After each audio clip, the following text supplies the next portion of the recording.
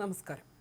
കേന്ദ്ര ബജറ്റിൽ ഗുണകരമാകുന്ന ഒന്നുമില്ല എന്ന് മുറവിളി കൂട്ടുമ്പോഴും ബജറ്റിലെ പ്രഖ്യാപനത്തിലൂടെ ഗുണകരമാകുന്ന പല പദ്ധതിയെക്കുറിച്ചും മനഃപൂർവ്വം മിണ്ടാതിരിക്കുകയോ അല്ലെങ്കിൽ മറന്നുപോകുകയോ ചെയ്യുന്നുണ്ടെന്ന് പറയാതിരിക്കാൻ സാധിക്കില്ല.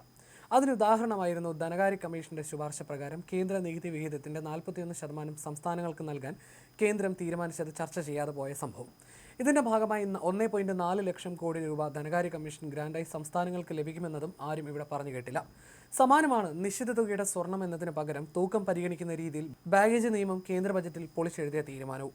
വ്യക്തിഗത ഉപയോഗത്തിനുള്ള സാധനങ്ങളുടെ നികുതി 20 നിന്ന് 10% കുറച്ചതും പ്രവാസികൾക്ക് ഗുണകരമാകും.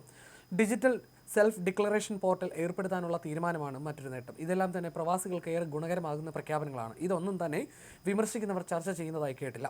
നിലവിൽ നിശ്ചിത തുകയുടെ സ്വർണം ഇറക്കുമതി ചെയ്യാമെന്ന നിയമം മാറ്റി നിശ്ചിത തൂക്കം പരിഗണിക്കുന്ന രീതിയാണ് പുതിയ ബജറ്റിൽ അവതരിപ്പിച്ചത്. ഇത് സ്വർണം കൊണ്ടുവരുന്നതിനുള്ള നിബന്ധനകൾ ലളിതമാക്കും. കൂടാതെ വ്യക്തിഗത ഉപയോഗത്തിനായി കൊണ്ടുവരുന്ന സാധനങ്ങളുടെ കസ്റ്റംസ് നികുതി 20% നിന്ന് 10% കുറച്ചതും പ്രവാസികൾക്ക് സാമ്പത്തികമായി വലിയ പ്രയോജനം ലഭിക്കും. വിമാനത്താവളങ്ങളിലെ പരിശോധനകളും അനുബന്ധ ബുദ്ധിമുട്ടുകളും ഒഴിവാക്കാൻ സഹായിക്കുന്ന ഡിജിറ്റൽ സെൽഫ് ഡിക്ലറേഷൻ പോർട്ടൽ വഴിയാണ് ഇനി വിശദാംശങ്ങൾ സ്വന്തമായി ഓൺലൈനായി ഡിക്ലെയർ ചെയ്യേണ്ടത്. ഇത് നടപടിക്രമങ്ങൾ വേഗത്തിലാക്കും. ലഗേജും കാർഗോയും അതിവേഗം ക്ലിയർ ചെയ്യുന്നതിനായി വർഷാവസാനത്തോടെ സിംഗിൾ വിൻഡോ ക്ലിയറൻസ് സംവിധാനവും നിലവിൽ വരുമെന്നും ബജറ്റിൽ പ്രഖ്യാപിച്ചിട്ടുണ്ട്. നികുതിയില്ലാതെ ഇന്ത്യയിലേക്ക് കൊണ്ടുവരാവുന്ന സാധനങ്ങളുടെ പരിധി വർദ്ധിപ്പിച്ചതും പ്രവാസികൾക്ക് ആശ്വാസമായി. ലാപ്ടോപ്പ്, മൊബൈൽ ഫോൺ തുടങ്ങിയവ വിദേശത്ത് നിന്ന് നാട്ടിലേക്ക് കൊണ്ടുവരുന്നതിനുള്ള താരിഫ് നിരക്ക് 10% കുറച്ചതും കൂടുതൽ പേരെ ഇത്തരം ഇലക്ട്രോണിക് സാധനങ്ങൾ കൊണ്ടുവരാനും പ്രേരിപ്പിക്കും. വിദേശത്തേക്ക് പണം അയക്കുമ്പോഴുള്ള ടാക്സ് കളക്ഷൻ അറ്റ് സോഴ്സ് അഥവാ TCS പരിധി 7 ലക്ഷം രൂപയിൽ നിന്ന് 10 ലക്ഷം രൂപയാക്കി ഉയർത്തിയത് വിദേശ രാജ്യങ്ങളിൽ നിന്ന് ബിസിനസ് നടത്തുന്നവർക്കും അടിയന്തര സാഹചര്യങ്ങളിൽ നാട്ടിൽ നിന്ന് വിദേശത്തേക്ക് പണം അയക്കുന്നവർക്കും വലിയ സഹായമാകും. പേയ്മെന്റ് ഗേറ്റ്വേ ഇന്റർലിങ്ക് കൂടുതൽ സുതാര്യമാക്കുന്നതിലൂടെ NRI അക്കൗണ്ടുകൾ ഉള്ളവർക്ക് ബാങ്ക് കാർഡുകൾ വിദേശത്ത് ഉപയോഗിക്കാനുള്ള സൗകര്യവും ലഭ്യമാകും.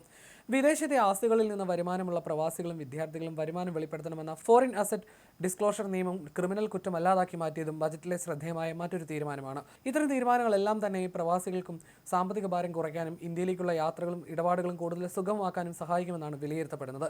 നിലവിലുള്ള ചട്ടക്കൂടിന് ഒരു പൊളിച്ചെഴുത്ത് ആവശ്യമാണെന്ന് പറഞ്ഞുകൊണ്ടായിരുന്നു ധനമന്ത്രി ഇതുമായി ബന്ധപ്പെട്ട പ്രഖ്യാപനങ്ങൾ നടത്തിയത്. രാജ്യാന്തര യാത്രകളിൽ യാത്രക്കാർ നേരിടുന്ന യഥാർത്ഥ ആശങ്കകൾ പരിഹരിക്കുന്നതിനായി ബാഗേജ് ക്ലിയറൻസുമായി ബന്ധപ്പെട്ട വ്യവസ്ഥകൾ പുതുക്കാൻ ഞാൻ നിർദ്ദേശിക്കുന്നുവെന്നായിരുന്നു ധനമന്ത്രി വ്യക്തമാക്കിയത്. പുതുക്കിയ നിയമങ്ങൾ ഇന്നത്തെ യാത്രാ യാഥാർത്ഥ്യങ്ങൾക്കനുസരിച്ച് തീരുവരഹിത അലവൻസുകൾ വർദ്ധിപ്പിക്കുകയും താൽക്കാലികമായി കൊണ്ടുവരുന്നതോ കൊണ്ടുപോകുന്നതോ ആയ സാധനങ്ങളിൽ വ്യക്തത നൽകുകയും ചെയ്യുമെന്നും മന്ത്രി വ്യക്തമാക്കിയിരുന്നു.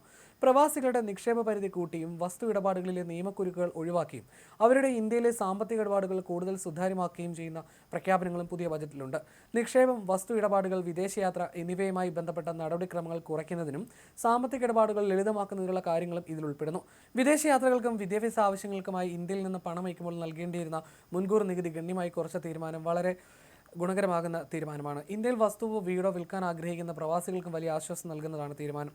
മുമ്പ് പ്രവാസികളിൽ നിന്ന് വസ്തു വാങ്ങുന്ന സ്വദേശികൾ പ്രത്യേക നികുതി നമ്പറായ ടാൻ എടുക്കണമായിരുന്നു. ഈ നൂലാമാലകൾ കാരണം പലരും പ്രവാസികളുടെ വസ്തു വാങ്ങാനും മടിച്ചിരുന്നു. 2026 ഒക്ടോബർ 1 മുതൽ ഈ നിയമം മാറുന്നു. സാധാരണ വാങ്ങുന്നയാൾക്ക് തന്റെ പാൻ കാർഡ് ഉപയോഗിച്ച് തന്നെ നികുതി അടയ്ക്കാം. ഇത് വസ്തു ഇടപാടുകൾ വേഗത്തിലാക്കാനും സഹായിക്കും.